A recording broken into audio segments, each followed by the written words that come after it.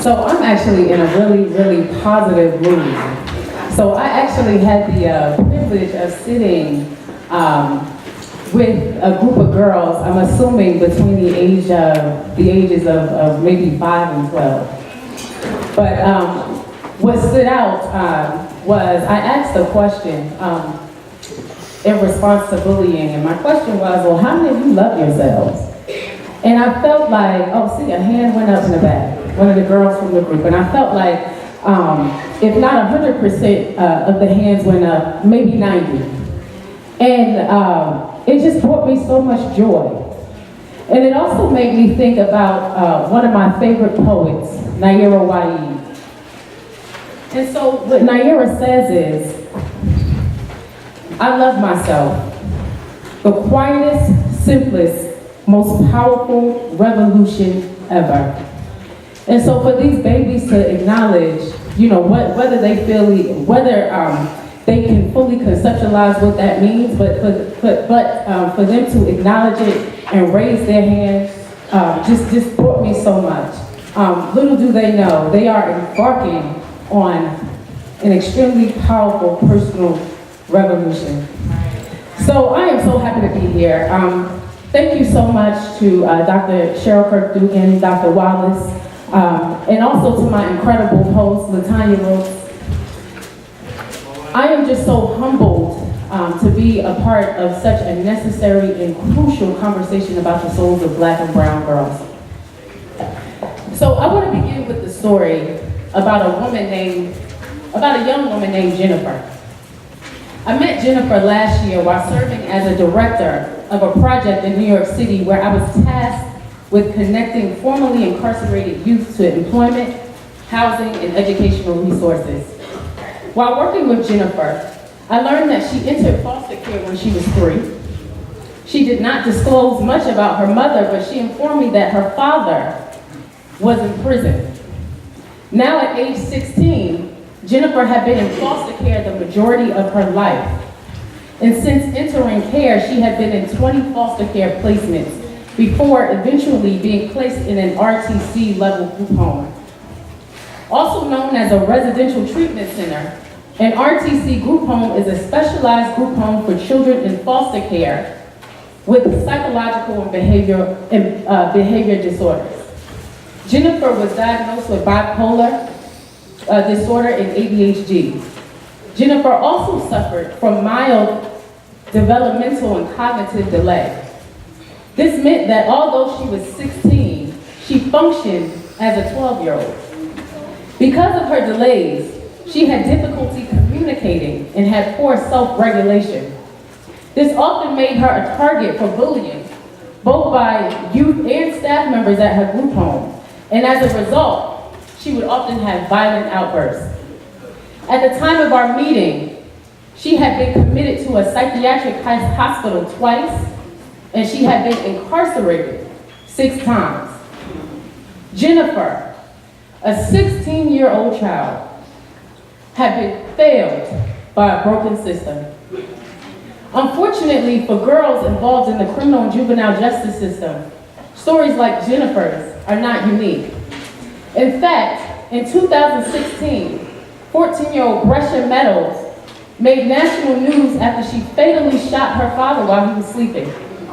According to medical records, police reports, court documents, and testimonies from relatives and neighbors, Brescia had endured years of physical, emotional, and mental abuse by him. In fact, just 2 months before the incident, Brescia ran away from her aunt's house because her father had threatened to kill the entire family. According to Brescia's aunt, who was a police officer and worked with victims of domestic violence, both the police department and Child Protective Services were both notified. However, they did little to help, which is said to have driven Brescia to take matters into her own hands. I have come to learn, while in this work, that girls, and girls of color especially, in this society are what I call to be the 3 Ds: devalued, dehumanized, and disposable. At every stage of the juvenile and criminal justice system, Gender and racial discrepancies are also present. According to the Office of Delinquency and Prevention, today, there's an estimated 60,000 youth incarcerated in the juvenile justice system. Of the 60,000 youth, girls are the fastest growing population to be incarcerated. 20 years ago, girls accounted for 20% of all juvenile arrests.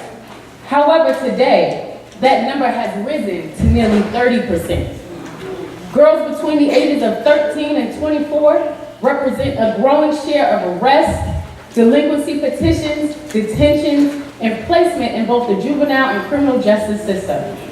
How many girls in here are between the ages of 13 and 24? The largest population to be incarcerated.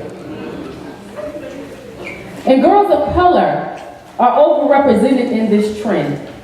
In 2013, African American girls were 20% more likely to be detained than white girls for the same offense, while American Indian girls were 50% more likely to be detained.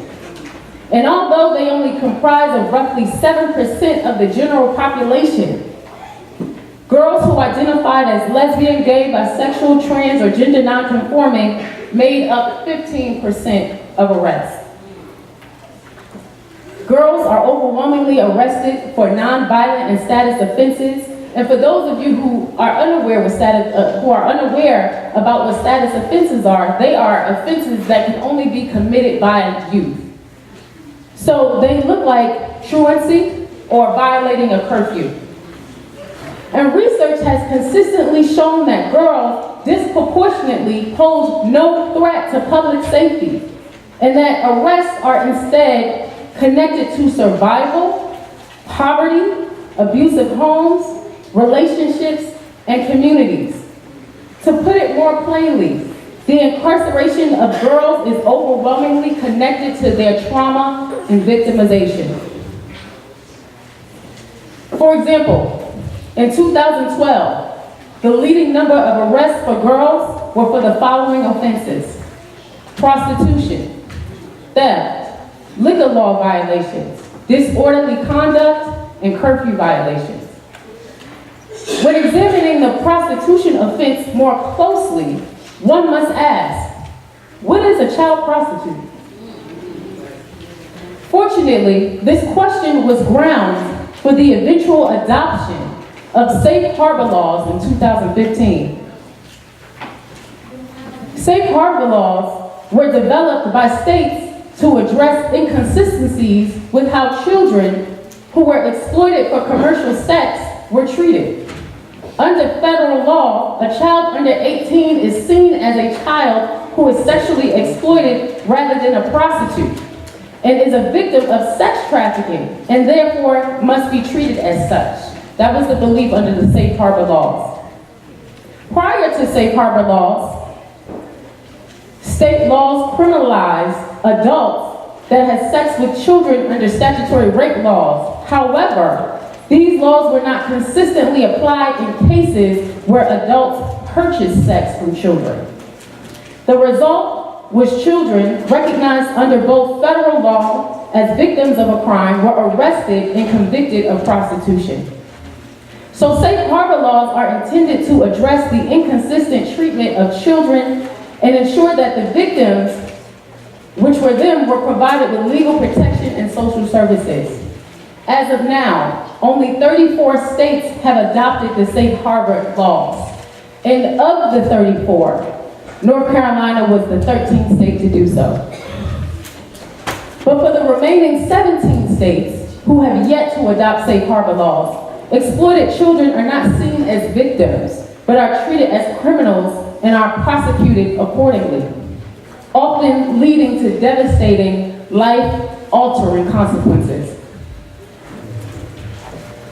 When examining survival crimes for girls, while personally running a girls program in a juvenile facility in New York, I met a young woman who prior to her incarceration was homeless. In fact, at the time of her arrest, she was living in a youth shelter. I came to learn that she was charged with larceny, which is also known as theft, for stealing feminine hygiene products at a CVS in Manhattan. This child was homeless and without money. And at the time, she thought her only option was to steal in order to care for herself during her menstrual cycle. As a society, we have consistently responded to the victimization of our most vulnerable children with incarceration. And the outcomes of this have always resulted and continues to result in the re-traumatization of our children. In comparison to boys, girls have disproportionately reported having experienced complex and chronic trauma. Trauma is used to describe experiences or situations that are emotionally painful and distressing, and that overwhelm one's ability to cope, often resulting in feelings of extreme powerlessness. A traumatic experience is usually outside the range of normal human experience, and complex trauma is exposure to multiple traumatic events. Research has also shown that the prolonged exposure to trauma can literally change the shape and structure of the brain. In a study conducted on neglected children, it was discovered that prolonged trauma impaired the hippocampus, the part of the brain that controls emotional regulation, memory, attention, perpetual awareness, thinking, language, and consciousness. And it also caused delays in the development of the prefrontal cortex. Now, if you look at a normal developing brain, the prefrontal cortex is usually the last area to develop. It's right here. But with trauma, with exposure to trauma, it delays the developmental process while also affecting judgment and IQ. According to a report entitled Gender Injustice, System-Level Juvenile Justice Reform for Girls, incarcerated girls were found to have an above-average number of mental or emotional problems and traumatic experiences. Almost 50% of girls reported experiencing physical abuse and past suicide attempts. And almost 40% of girls reported having experienced sexual abuse. I know yesterday Dr. Evelyn Parker, she quoted, I think she said 1 in 5 girls have experienced sexual abuse, but I would challenge those numbers and probably say 1 out of 2. It is so endemic. In fact, sexual abuse is so prevalent among girls in the criminal and juvenile justice system that a 2015 report entitled The Sexual Abuse to Prison Pipeline, A Girl Story, has named sexual abuse as a primary predictor of girls' entry into the juvenile justice system. For justice-involved girls, on average, it was found that they experienced sexual violence at an earlier average age for a longer average duration than any other form of abuse. We must protect our girls. Given this, there's a direct correlation between adverse childhood experiences, also known as ACEs, and delinquent behaviors for justice-involved young women and girls. So ACEs are stressful and traumatic events that are experienced during childhood that lead to poor outcomes. Research has shown that the higher the ACEs score for children, and the scores range between 0 and 10, the greater their risk for chronic disease, mental illness, violence, and being a victim of violence. So I'll just say ACEs is calculated literally by a series of questions. It's a questionnaire, I believe, of 11 questions. And so some of the questions are, have you ever witnessed abuse? Have you experienced abuse? Is someone in your family incarcerated? Someone in your family in the military? And so the higher you scored, the more questions you got correct, the higher your ACEs score. And so roughly for 45% of girls in the juvenile justice system, they had experienced more than 5 ACEs, 5 or more ACEs, majority of the girls. The system is ill prepared to meet the specific and unique needs of young women and girls. That is absolutely clear. And because of this, the justice system becomes a revolving door for girls, ultimately creating a pipeline for incarceration into adult facilities or, at worst, death. I have seen this firsthand. 2 years ago, I was a member of an assessment team that was organized by the Women's Justice Institute. an organization that works to promote the decarceration of women and girls by bridging the gaps between policy and practice and through the promotion of gender-specific and responsive services. Under a project sponsored by the U.S. Department of Justice and the National Institute of Corrections, the Women's Justice Institute had won a contract. And so this contract gave them the ability to conduct a gender-informed practice assessment at one of the largest women's prisons in Illinois. So as a member of the assessment team, I was tasked with conducting interviews, focus groups, and surveys with correctional staff and incarcerated women at this facility. On one of the assessment days, I went into a housing unit, and there I met a woman who, after expressing her grievances about the horrible conditions of the prison, informed me that she was tired. She was tired because at the time she had given 15 years of her life to the system. That woman was 29 years old, which meant that she entered the system at 14. Where was the intervention? Where was the prevention? Where was the diversion? Where was the support? Girls are found to enter the criminal and juvenile justice system through multiple feeder systems. Some of the feeder systems include the child welfare system, the educational system, domestic and intimate violence, and status offenses. Using data from 13 jurisdictions, girls in the child welfare system were found to be referred to law enforcement for problematic behaviors that in some cases resulted from child maltreatment. Remember Jennifer, the young woman who I talked about earlier? In fact, girls made up 41% of youth in the child welfare system that were arrested for delinquency. In the educational system, girls were found to be subjected to harsh zero-tolerance school discipline policies. We saw this 2 years ago in Spring Valley, South Carolina, when a girl was violently thrown from her chair by a school resource officer. Anybody remember that? It went viral. And the person who recorded that video was arrested. Another student. For African American girls in particular, although they make up 16% of the total population of girls in schools, they comprise of 42% of girls being expelled, 31% of girls referred to law enforcement, and 34% of girls arrested at school. For normal adolescent behaviors such as fighting with peers, talking back as well, and in some cases, behaviors that resulted from traumatic experiences, girls are arrested in school and sent to court, demonstrating a literal school-to-prison pipeline. I have also found that children of color and black children, especially, aren't allowed to be children. Once viewed as a safe haven for girls, educational institutions are now being regarded as institutions of violence. Dr. Monique Morris explores this further in her groundbreaking book, Push Out, The Criminalization of Black Girls in Schools. And the case revealed is that the perception of black girls as less innocent and more adult-like contributed to greater use of force and harsher penalties administered by persons in authority.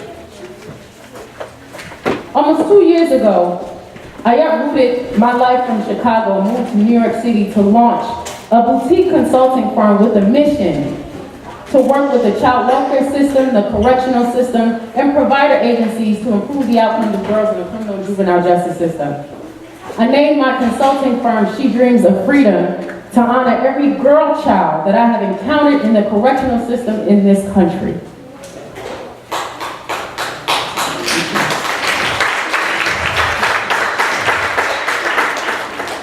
Our girls are in crisis, and they have fallen victim to a punitive juvenile justice system that is incapable of meeting their needs, which often results in their further victimization.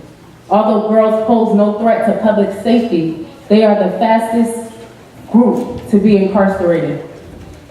And overwhelmingly, their incarceration is directly connected to their victimization. Although the needs of girls are beginning to receive national attention, Overall, girls continue to be marginalized and subjected to invisibility. In order to address this crisis, I am urging all of us to see her. For me, seeing her is a moral outcry that calls for the dismantling of what revolutionary black feminist bell hooks called a white supremacist, capitalist, and patriarchal society that inflicts structural and systemic violence on young women and girls. Seeing her is an ethical stance against the societal devaluation, dehumanization, and disposability of the lives of young women and girls, those 3 Ds. Seeing her is a personal challenge to us to continue to fight for justice and the freedom of our girls and for all of our children. Other practical ways of seeing her can include becoming a mentor. How many of you are mentors? How many of you mentor girls? Great.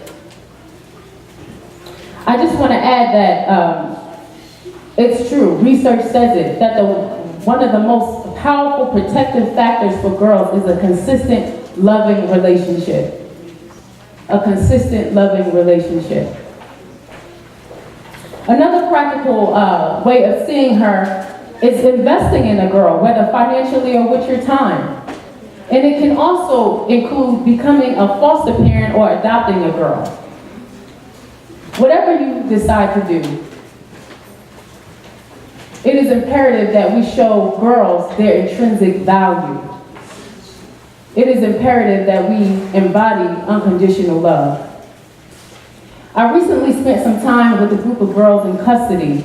As I engaged these children, the youngest of them 14, it was apparent that these girls were relegated to the margins, that these girls were overlooked, that these girls were violated, that these girls were sacrificed, that these girls were subjected to juvenile justice policies and harmful racial and gender consequences. But it was also apparent that these girls were resilient, that these girls were absolutely brilliant, that these girls were wise, that these girls had an indomitable will to live, and that these girls, our girls, were sacred. I will conclude with this. At the end of this conference experience, it is my hope that we all are more attentive of the girls in our lives. I have come to learn that girls have a way of communicating to us non-verbally about their thoughts and feelings. So I ask, is she your daughter or another family member? Is she a neighbor? Is she a student? Is she a friend? Is she you? See her and take care of her. Thank you.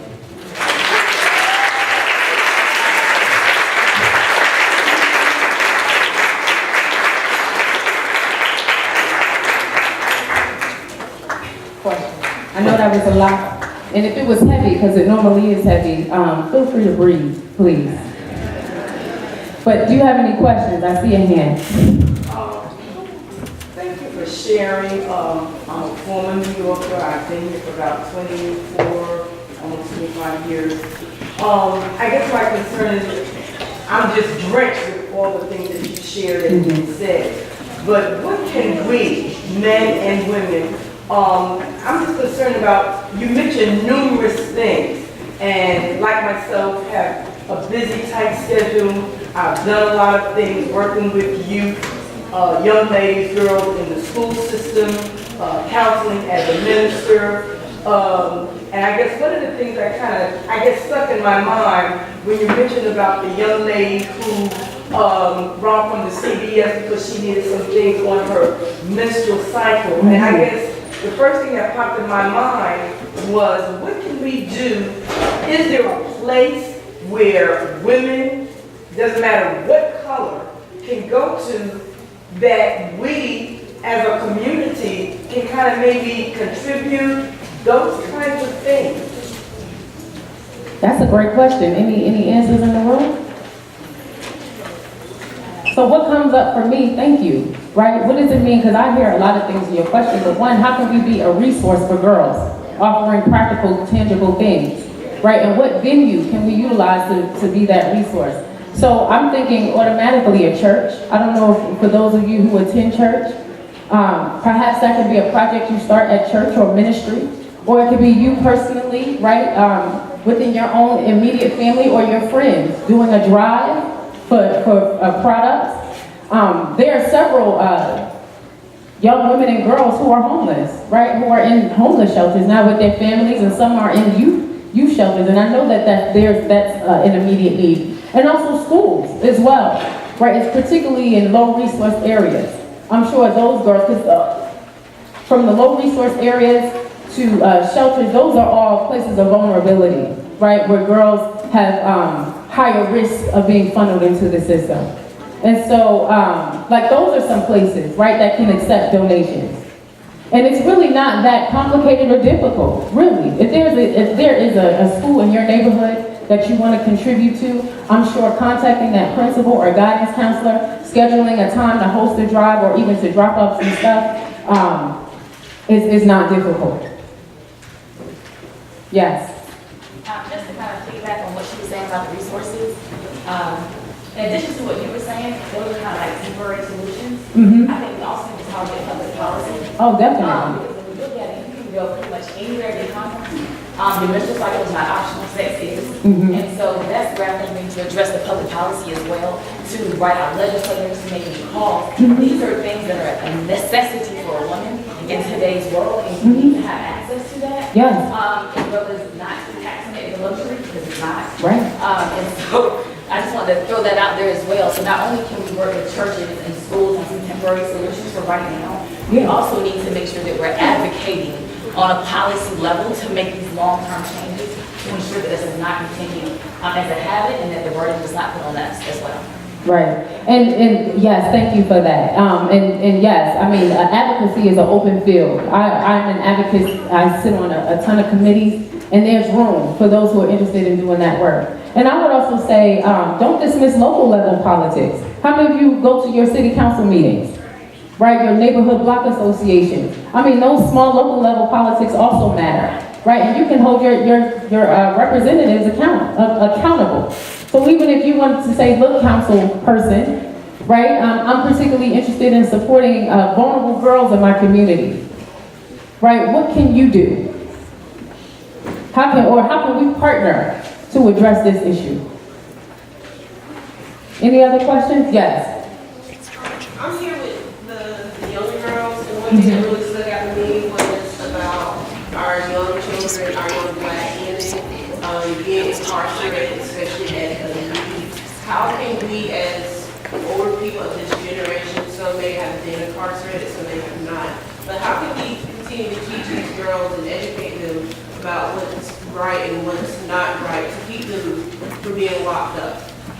And that's something that's really stuck on me, really. Yeah, thank you for that question. You know, I'll just reiterate, relationship is so absolutely powerful, especially for girls, right? And women, like we are relational beings more than anything, right? And so feeling valued, feeling secure, feeling safe, feeling protected, feeling affirmed in a relationship is absolutely critical, right? So I say continue to be in conversation, continue to hold sacred space, which I believe Dr. Melvin Sampson said yesterday, right? And if that sacred space isn't available, create it. But continue, be a constant presence in a girl's life, or in a group of girls' life. And it could be a girl that you don't know, or a girl that you know. What is your relationship to your daughters? You know, and to the girls in your lives, your cousins, your nieces, right, goddaughters. So those girls matter as well. But be present, like really present. Yes. I'm gonna ask one more, just to share, as an educator, I had a second grade student who was only 7 years old, and another parent who was white said that this little girl would come to her house all the time because she didn't want to go home. And so, of course, that parent, came to me. This was 10 years ago. And what I want to say is that the little girl that she shared with me that when her mom got upset with her, she locked her out of the house. The guidance counselor that dealt with it because I, as an educator, had to share it. The mother said that the daughter lied, 7 years old. And so I spoke with her, you know, one-on-one because we had a good relationship. She said, Miss Berry, she said, my mom did lock me out. She would stay out on the front porch in Brooklyn, New York, you know, all evening. And so that's why she's speaking in class. What do we do with someone 7 years old, second grade, and I don't know what grade these young ladies are. Thank you. What do we do for them when it's told to us? And she, you know, I told her that I would not say anything just to get her to open. She said, Miss Berry, she said, I'm telling you the truth. What do we do? So I would say, if you want to avoid that, so if you're not a mandated, so the rules say as a mandated reporter, right? Like that's neglect, and so the system would say you make the call, right, to child services. But if you don't want to go that route, as a teacher, maybe you can perhaps host a mediation between the child and the parent, or with a guidance counselor or principal, to really get at the bottom of the issue, right? But I think the first thing you all did, which was absolutely critical, was believe that girl. You believed her. Right, and essentially, I would probably say change her life. You never know what the outcome could have been, right, at 7 years old. I would also say one thing that you spoke of in terms of the mothers, I don't know the context of the relationship, but in terms of the mother's behavior towards the girl, I think it also speaks to the need that as women, that we have to absolutely take care of ourselves, right? And so I'm a huge proponent for a therapist, right? A therapist, natural healers, or herbalists, right? Whatever you need to be well, right? And I've encountered so many women whose daughters have been sexually assaulted. They themselves have been sexually assaulted. And so they can't be present to their daughters because they've never really addressed the issue, right? And its impact on their souls, right? So it is so imperative that we do the work of healing in an extremely serious way, and wholeness. And I just want to throw out this resource. The National Association of Black Psychologists has an incredible directory. That's where I found my therapist. We are now going on 7 years strong, and it was one of the best decisions that I could have made. And because I chose to do the work and take my healing and wholeness seriously, I can be present to show up for girls. So please, please, please do the work on yourselves so we can work on behalf of our girls. Last question? Or no? Okay, that's it. Thank you so much.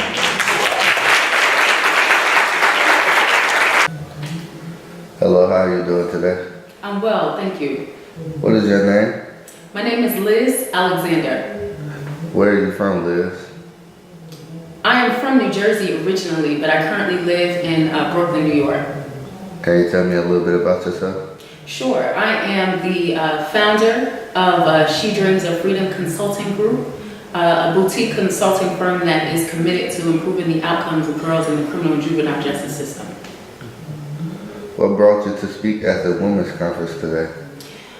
Fortunately, I came to the Women's Conference because I was invited to speak about the plight and experiences of girls in the criminal and juvenile justice system. What did you gain from the conference? Where do I even begin? I personally thought the conference was extremely rich. From Anna Blackburn to Dr. Evelyn Parker, a woman who I've admired. Of course, sharing space always with Dr. Cheryl Kirk-Dugan and Dr. Beverly Wallace. I mean, women who are experts in their fields, who serve in a myriad of capacities. I feel like the conference just gave me so many rich nuggets that I intend to just really take away to enhance the work that I currently do. But I just took so much information and just knowledge about the things that are going on, particularly as it pertains to young women and girls who are Black and brown. Do you plan on taking the things that you gained from this conference and going back to influence on other people's lives? I mean, I think it's absolutely imperative that I do. And if not, this would be a completely wasted experience. But, you know, I want to say that, again, there was just so many incredible things shared. I mean, from the information, from the research, from the resources. I mean, there was just so much that I feel like would be beneficial in terms of my own work to continue to support incarcerated women and girls. Would you be more than willing to come back to a women's conference to speak again? Most definitely. Most definitely. Thank you so much for your time. Thank you.